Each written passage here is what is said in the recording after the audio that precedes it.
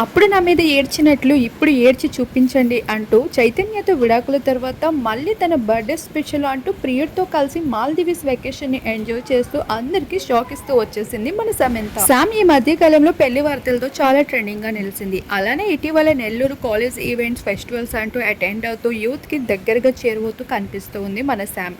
ఇటీవల తిరుపతిలో తన ప్రియుడైన రాజ్తో కలిసి దర్శనమివ్వడం మరింత అట్రాక్షన్ గా నిలిచిపోయింది.